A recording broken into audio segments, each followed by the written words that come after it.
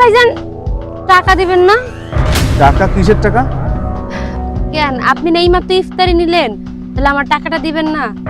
এই তুই আমার কাছে ইফতারির টাকা চাইতাছস? তুই চিনোস আমারে? আমি কে?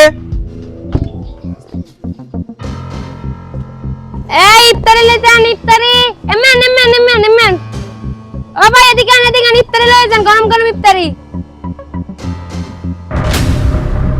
হয় একটা কাজ করতো, 5টা পেঁয়াজু, 5টা বেগুনি, 5টা আলুর চপ আর 20 টাকার ছোলা দে, আর 2টা অ্যাপেল দে, 2টা কমলা দে। তাড়াতাড়ি কর। আচ্ছা ভাইজান ঠিক আছে, এখনই দিতেছি।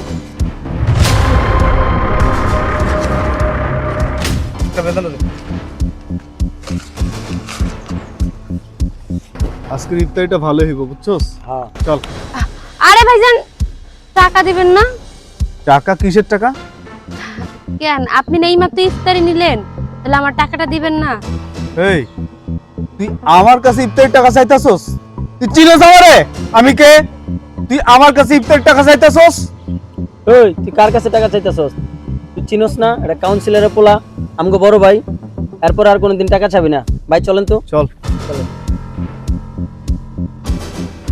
দেখছস মা, কাউন্সিলরের পোলা দেখা আমাকে ইফতারি কিনা নিল, অথচ টাকা দিল না। আল্লাহ ওকে বিচার করবো মা। বাবা ছোট্ট একটু দোকান, এর ভিতরে আর কতই বা মাল জিনিস আছে। সে তো 200 টাকার মালে নিয়ে গেল, এতে তার লাভ হইব কত হইব? আজকে নয় 200-300 টাকায় লাভ হইতো, এত নিয়েই গেল। বাবা তোমারও তো আজকে ওষুধ কিনতে হইব, এই টাকাটাও তো আমার কাছে নাই। এখন যদি এইটা যদি বিক্রি করি, লাভ তো কিছুই থাকবো না। আল্লাহর কাছে দোয়া করি, আল্লাহ রমজান মাসে যে আমারে ঠকাইয়া নিছে, আল্লাহ তুমি তার হেদায়েত দান করো।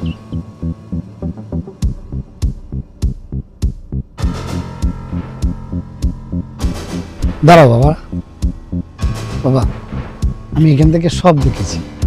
তুমি এই গরিব লোকটার কাছ থেকে ইফতার নিছো, সামান্য কয় টাকার ইফতার?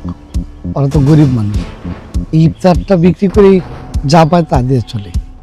দেখো বাবা, আজ তোমার ক্ষমতা আছে তাই ক্ষমতা দেখাচ্ছ, আর ওদের ক্ষমতা নাই দেখে নীরবে নিবৃত্তে কিভাবে সহ্য করে যাচ্ছে। মনে করো আজকে তুমি যদি ওদের জায়গায় গরিব থাকতা, আর তোমার সাথে এরকম যদি কেউ করতো, মানে মুখের খাবার যদি খেলে নিয়ে যেত, তোমার কেমন লাগতো? দেখো বাবা, মানুষ তো চিরকাল বেঁচে থাকে না, আজকে মরলে কালকে দুদিন। তুমি জানো আজকে তুমি যদি মারা যাও, ওরাই তোমার জানাজা করাবে, আর তুমি যখন মারা যাবে সবাই চিচি করবে, বলবে ছেলেটা ভালো ছিল না। তাই আমি বলি কি বাবা, সামান্য কিছু টাকা তুমি দিয়ে দাও, দেখবে ওরাও খুশি হবে, আল্লাহও খুশি হবে। হুজুর আপনি ঠিক বলেছেন, আসলে আপনার মতো করে আমাদের কেউ কখনো বোঝায়নি তো, এই জন্য আমরাও না কখনো বুঝতে পারিনি যে কোনটা সত্য আর কোনটা মিথ্যা। আমরা সবাই সবসময় মিথ্যাটাকে সত্য মনে করি, সত্যটাকে মিথ্যা মনে করি। আসলে আমরা ভুল করে ফেলেছি, আজকের পর থেকে আমরা আর কখনো এমন কাজ করব না। আর আপনার কথা মতো আমরা ওদের টাকাটা দিয়ে দেব। আমরা আমাদের ভুল আজকে বুঝতে পেরেছি। আপনি ঠিকই বলেছেন, আসলে আমরা সবাই মানুষ, আমাদের সবাইকে মরে যেতে হবে, তাই গরিব মানুষগুলোই আমাদের মৃত্যুর সময় আমাদের পাশে এসে দাঁড়াবে। চলুন হুজুর, আমরা টাকাটা দিয়ে দিচ্ছি। চল চলো।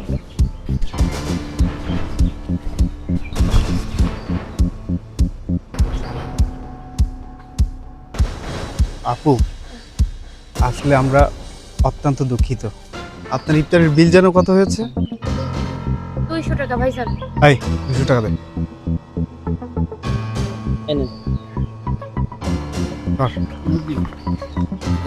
বুঝতে পারেন মনে কিছু নেন। হ্যাঁ, আপনারা এই টাকাটা দিয়ে যে কি উপকার করলেন, এই উপকারের শোধ কোনোদিনও করতে পারবো না। জানেন এই যে ইফতারিগুলো দেখতে পাইতেছেন, এই বিকেল বেলায় করে ইফতারি বিক্রি কইরা আমাকে 200-300 টাকাই লাভ হয়, এর থেকে বেশি লাভ হয় না। যে টাকা লাভ হয় এই টাকা দিয়ে আমগো সংসার তো দূরে থাক, আবার ওষুধ কেনার টাকাই হয় না।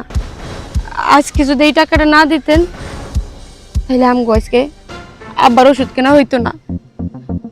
তাই কইছিলাম কি, আমার মনে হয় আপনি আপনার ভুলটা বুঝতে পারছেন। এরপর থেকে আর কখনো এমনটা আমগোর সাথে কইরেন না। আমরা গরিব মানুষ, অসহায়, নিরুপায়, যার কারণে কিনা রাস্তার পাশে বসে ইফতার বিক্রি করি। আমি তো মাইয়া মানুষ, চাকরি করেও খাইতে পারি না। আর আব্বা হলো অসুস্থ, পায়ের সমস্যা, চাইলেও সেও কোনো কাম করে খাইতে পারে না। তাই টাকাটা দিছেন, আমরা অনেক উপকৃত হয়েছি। আসলে আপু আর এমন করে বলবেন না, আমরা আমাদের অপরাধের জন্য ক্ষমা চাচ্ছি। আসলে হুজুরই আমাদের চোখ খুলে দিয়েছে, তো হুজুরের কারণেই আমরা আমাদের ভুল বুঝতে পেরেছি। আর হ্যাঁ, আপনাকে যদি কেউ কখনো ডিস্টার্ব করে আমাকে জানাবেন, আমরা দেখব। মুরব্বি, আমরা তাহলে আসি। আসসালামু আলাইকুম। ওয়ালাইকুম সালাম। আল্লাহ তোমাদের মঙ্গল করুন বাবা। চল।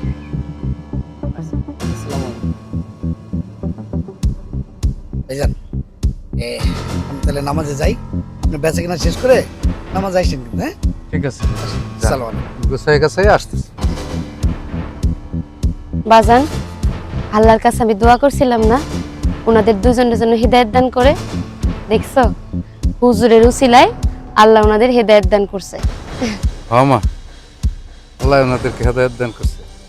নে তুই থাক, আমি গোছায় গাছায় একটু নামাজটা পড়ে আসি মা। আচ্ছা বাজান।